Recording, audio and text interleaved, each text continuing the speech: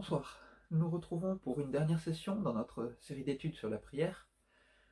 Et nous avions abordé la dernière fois une liste de qualités ou d'attributs que Dieu recherche dans nos prières pour mettre toutes les chances de notre côté lorsque nous adressons à Dieu pour qu'il nous écoute et qu'il approuve notre prière.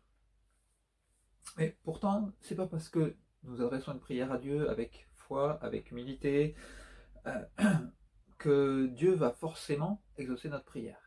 Il peut arriver que parfois il ne le fasse pas. Si le simple fait d'avoir une prière faite avec foi, avec humilité et sincérité obligeait Dieu à nous répondre, ça voudrait dire que Dieu exauce selon une certaine forme de mérite. Or, nous savons que ce n'est pas le cas. Dieu exauce simplement par grâce, parce que lui le choisit. Et il peut même arriver parfois que Dieu exauce des prières qui ne nous semblent pas rentrer dans ces critères. Des prières qui étaient faites malgré un manque de foi et que Dieu exauce parce que lui seul est souverain pour juger de l'impact que va avoir cet exaucement et du fait que répondre à une certaine prière, même si elle n'est pas faite dans les meilleures conditions qui soient, peut quand même contribuer à sa gloire. Donc, ce soir, j'aimerais me pencher avec vous sur les raisons qui font que parfois Dieu ne nous répond pas ou ne semble pas entendre nos prières. Et la liste des raisons que nous allons voir n'est pas une liste complète que nous pouvons étudier, mais plutôt des exemples sur lesquels nous pouvons nous baser pour réfléchir et nous poser la question, est-ce que nous ne sommes pas nous-mêmes la cause, par exemple, de la raison pour laquelle Dieu ne nous répond pas? Les raisons que je vais lister ce soir, elles tombent dans deux grandes catégories, on va dire. La première, c'est celles qui dépendent de Dieu, et la deuxième, ce sont des raisons qui dépendent de nous. Donc pour commencer, les raisons qui dépendent de Dieu. Eh bien, la première et la plus évidente, c'est lorsque ce pourquoi nous prions n'est pas dans le plan de Dieu. Nous avons vu la dernière fois que si nous prions au nom de Jésus, c'est-à-dire conformément à sa volonté, Dieu nous écoute et Dieu nous répond. Mais la réciproque est vraie. Si nous ne prions pas conformément au plan de Dieu, Dieu n'exaucera pas notre prière. Paul lui-même en a fait l'expérience et il le décrit dans 2 Corinthiens au chapitre 12, dans les versets 7 à 9. Et pour que je ne sois pas rempli d'orgueil à cause de ces révélations extraordinaires, j'ai reçu une écharde dans le corps, un ange de Satan pour me frapper et m'empêcher de m'enorgueillir. 3 fois, j'ai supplié le Seigneur de l'éloigner de moi, et il m'a dit, ma grâce te suffit, car ma puissance s'accomplit dans la faiblesse. Aussi, je me montrerai bien plus volontiers fier de mes faiblesses, afin que la puissance de Christ repose sur moi. Le texte ne nous dit pas la nature exacte de l'épreuve qu'a traversé Paul. Nous ne savons pas exactement quelle était cette écharde dans la chair qui le faisait souffrir. Tout ce que nous savons, c'est qu'il a demandé à plusieurs reprises, il nous est dit 3 fois là dans ce texte, il a demandé 3 fois à Dieu de le délivrer, et que la réponse de Dieu, ça a été de lui dire non. C'était de lui dire non, mon plan pour toi est différent. La grâce que je t'ai accordée suffit à surmonter cette épreuve-là, à la traverser, et en conséquence de ça, c'est plus important pour mon plan que tu continues à endurer cette épreuve plutôt que de te l'enlever. Dans l'épître aux Philippiens, Paul souligne d'ailleurs que la réponse que nous recevons à nos prières n'est pas forcément celle que nous attendons, même lorsque nous en recevons une.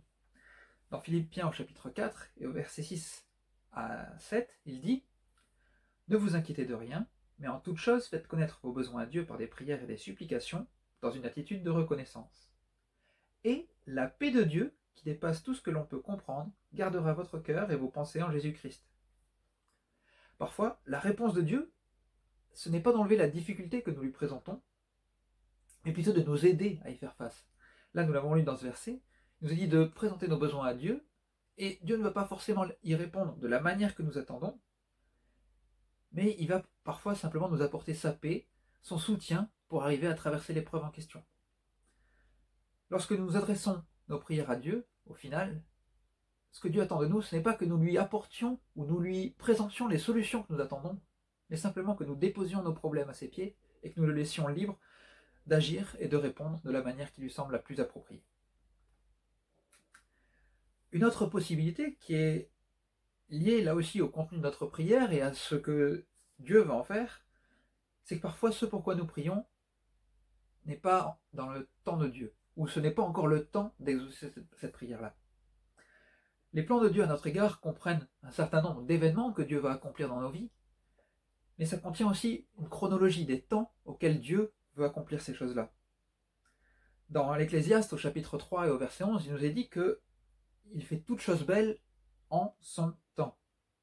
Et au verset 17, l'Ecclésiaste ajoute « J'ai dit en mon cœur, Dieu jugera le juste et le méchant, car il y a là un temps pour toute chose et pour toute œuvre. » Lorsque nous implorons l'aide de Dieu, c'est lui qui est souverain, là encore, non seulement pour décider s'il va répondre ou non, mais aussi quand est le moment le plus approprié pour répondre.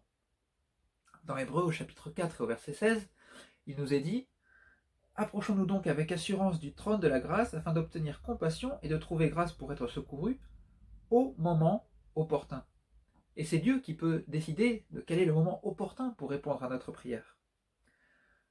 De nombreux personnages bibliques ont dû attendre des années, voire des décennies, avant de recevoir la délivrance qu'ils attendaient. Et c'est vrai que dans ces moments-là, notre patience peut être mise à rude épreuve, et notre confiance en Dieu peut être vraiment là aussi éprouvée. Mais c'est dans ces moments-là justement qu'il nous faut tenir ferme et persévérer, comme nous l'avons vu la dernière fois. Si nous regardons l'exemple de Job, par exemple, dans l'Ancien Testament, à partir du moment où le diable a commencé à s'acharner contre lui, il a eu beau implorer Dieu pour sa grâce, pendant un certain temps, il a lutté sans avoir de réponse de la part de Dieu, et sans savoir même pourquoi il était dans cette épreuve-là. Jusqu'à ce qu'un jour, Dieu finalement réponde, et Dieu exauce sa prière.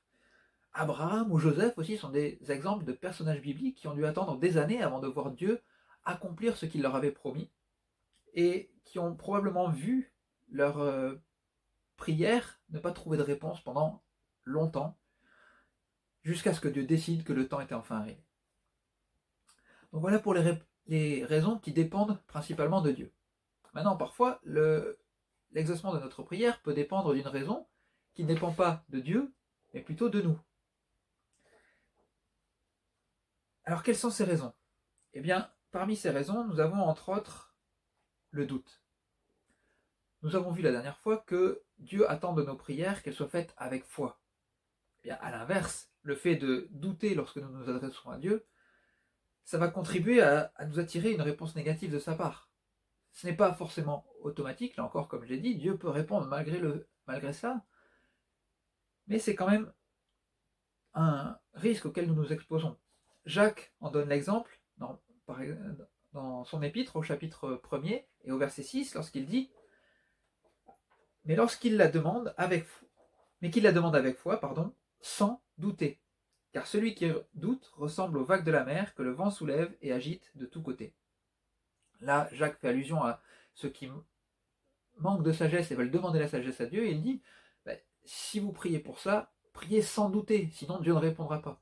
Et je pense que cet avertissement que Jacques donne dans son épître ne concerne pas forcément que les prières pour recevoir la sagesse de Dieu, mais la majorité des prières que nous lui adressons. Un autre motif que nous donne Jacques, quelques chapitres plus loin, c'est le fait d'avoir nous-mêmes de mauvais motifs, de mauvaises raisons de prier Dieu.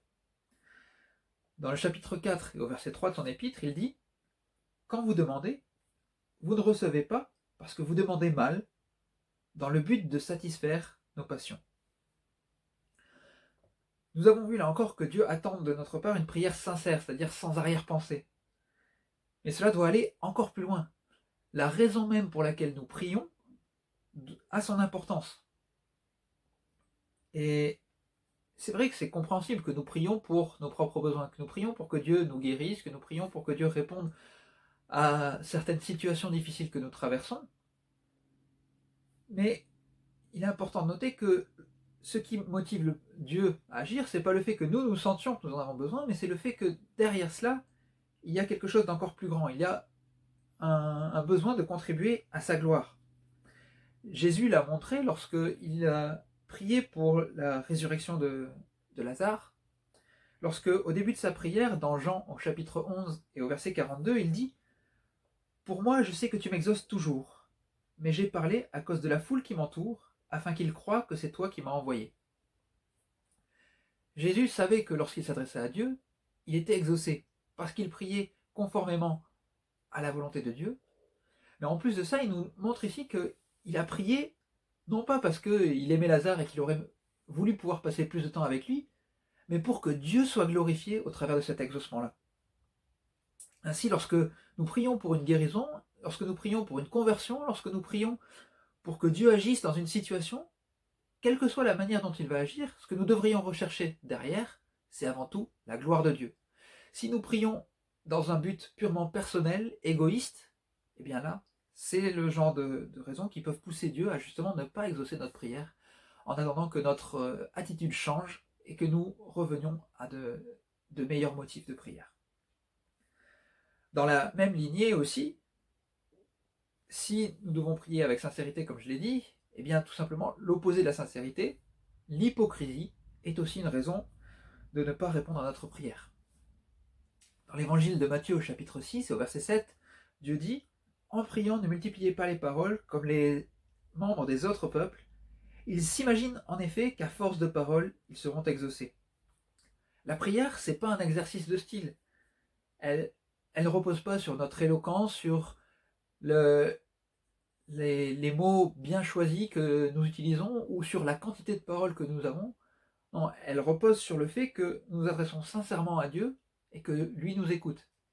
Aussi, si nous nous adressons à lui avec hypocrisie, si nous avons des motifs cachés, si nous cherchons à manipuler Dieu ou à donner une certaine image devant nos frères et sœurs lorsque nous prions dans l'assemblée par exemple, eh bien Dieu est tout à fait conscient de ces choses-là, et là aussi, ce sera une raison pour lui de ne pas exaucer notre prière. Une autre raison,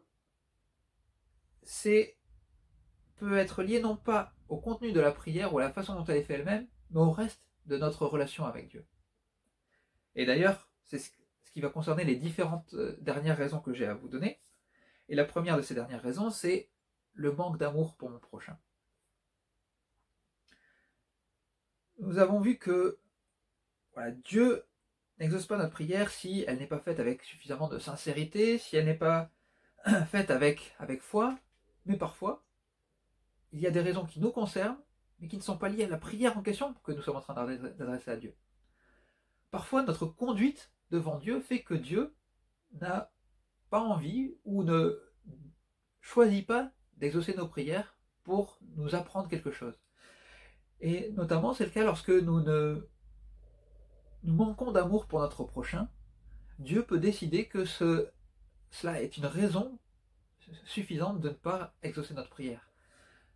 Dans 1 Pierre au chapitre 3 au verset 7, par exemple, il nous cite le manque d'amour pour notre plus proche prochain, notre conjoint.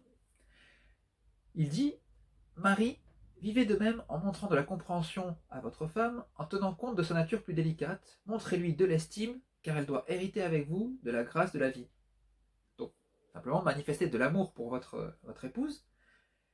Et il conclut « Agissez ainsi, afin que rien ne fasse obstacle à vos prières. » Ne pas manifester l'amour que nous sommes censés avoir pour notre conjoint peut être un obstacle à l'exaucement de nos prières. Même si ce sont des prières qui n'ont aucun rapport avec notre conjoint, Dieu nous dit que ce manque d'amour peut entraîner de sa part le fait de ne pas écouter nos prières.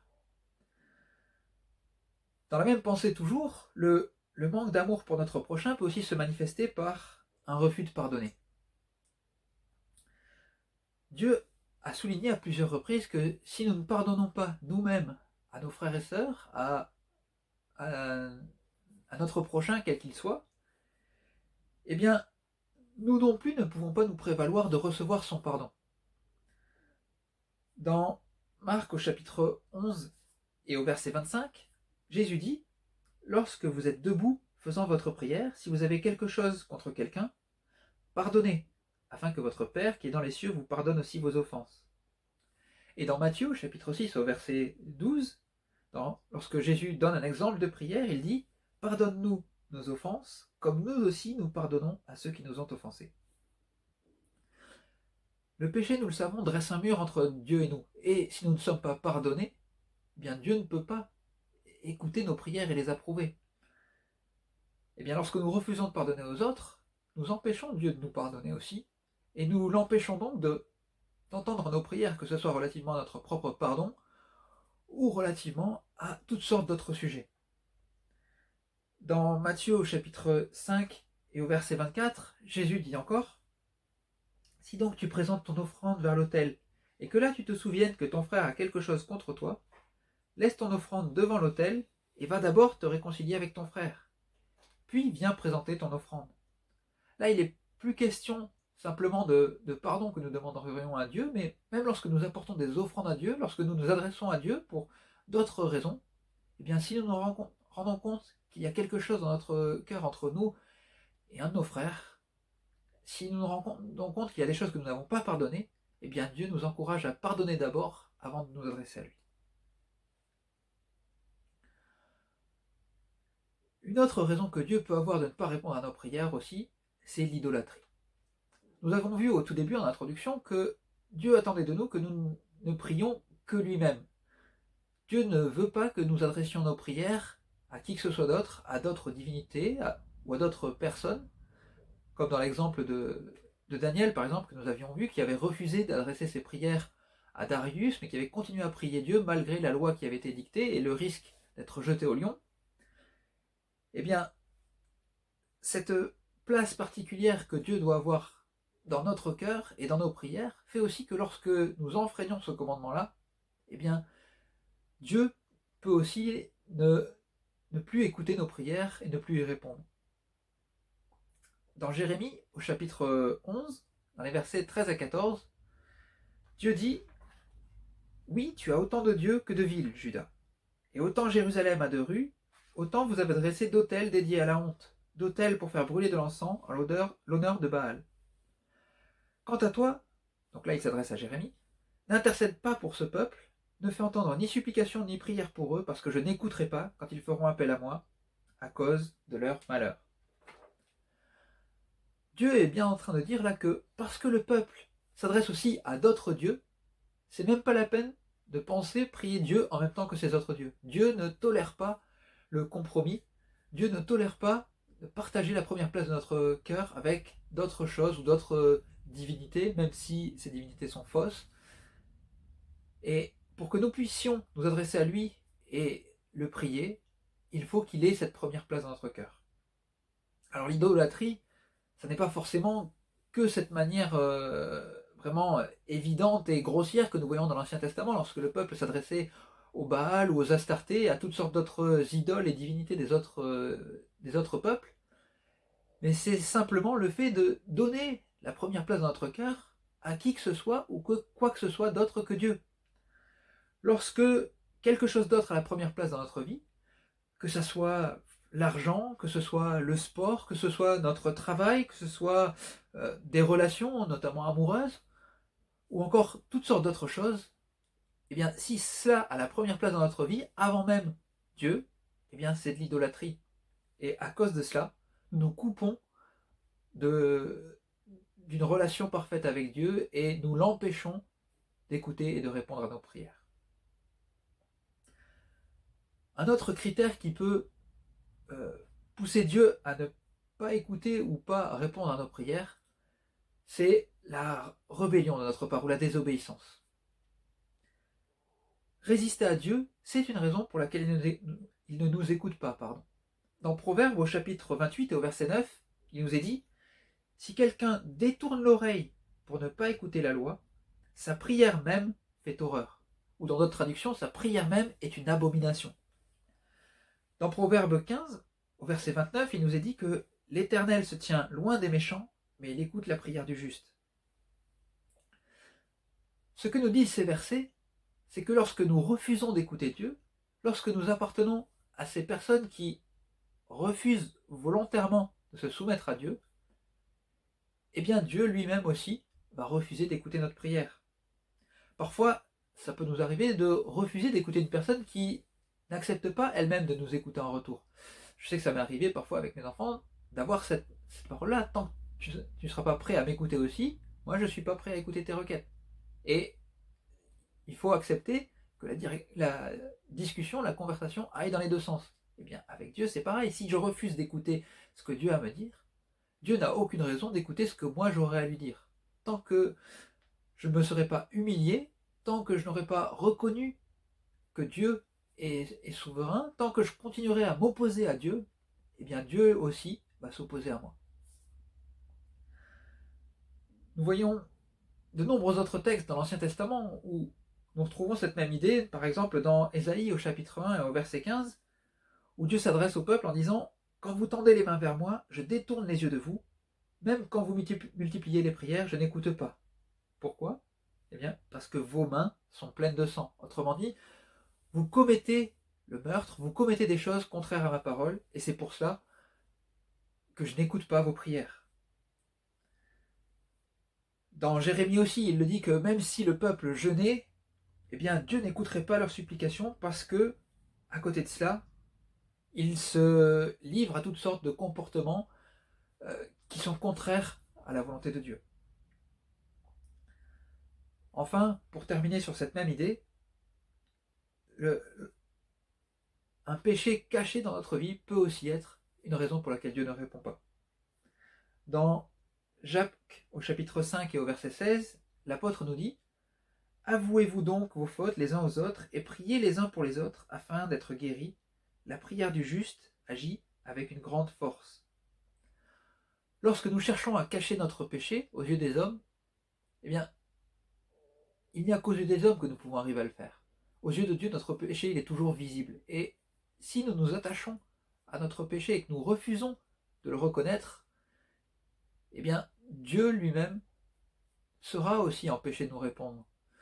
Parce que, voilà, le fait de cacher notre péché, c'est aussi une forme de désobéissance, de rébellion vis-à-vis de Dieu. Et c'est aussi une raison pour laquelle Dieu va devoir attendre que nous nous repentions, attendre que nous changions d'attitude pour pouvoir enfin écouter et répondre à nos prières. Voilà. Par contre, j'aimerais apporter un petit complément sur ces derniers points, puisque je dis que lorsque nous nous rebellons contre Dieu, lorsque nous sommes dans le péché, Dieu va très probablement refuser d'écouter nos prières. Attention à ne pas risquer de juger les autres aussi lorsque nous voyons des personnes prier et ne pas obtenir de réponse de la part de Dieu. Nous ne sommes pas habilités à connaître leur cœur et à connaître les raisons pour lesquelles Dieu leur répond. À moins que Dieu nous ait donné une révélation particulière, lui seul sait pour quelle raison il n'a pas répondu. Donc évitons surtout de juger les autres et d'avoir des paroles malheureuses en allant dire à une personne que si elle ne voit pas de réponse à sa prière, c'est à cause de son attitude, c'est à cause de son cœur, c'est à cause de son péché, c'est à cause de son manque de pardon, ou quoi que ce soit dans cette pensée-là. Dieu seul sait pourquoi il n'a pas répondu, et ce n'est pas à nous de juger de ces choses-là. Alors, lorsqu'il s'agit de nous-mêmes, là, nous pouvons nous examiner, et faisons-le, mais évitons de porter des jugements sur les autres, et soyons plutôt au contraire prêts à soutenir, à supporter nos frères et sœurs, pour les aider à arriver peut-être eux-mêmes à s'examiner eux-mêmes, et à trouver quelles sont les raisons qui font que Dieu, parfois, refuse d'exaucer leurs prières. Voilà, nous allons terminer là cette série d'études. J'espère qu'elle vous a permis de comprendre un petit peu mieux ce qu'était la prière et qu'elle vous a donné quelques indications sur des pistes pour prier d'une manière qui soit encore plus agréable à Dieu et encore plus efficace. Et je vous encourage à aller au-delà de ces différentes listes de catégories que je vous ai données pour les différents types de prières, pour les différentes qualités que Dieu attend de nos prières ou les différents obstacles qu'il peut y avoir, et à chercher par vous-même qu'est-ce qui peut, dans votre vie de prière, vous aider à être encore plus efficace et encore plus en accord avec la volonté de Dieu. Que Dieu vous bénisse et à une prochaine rencontre sur YouTube ou dans notre église.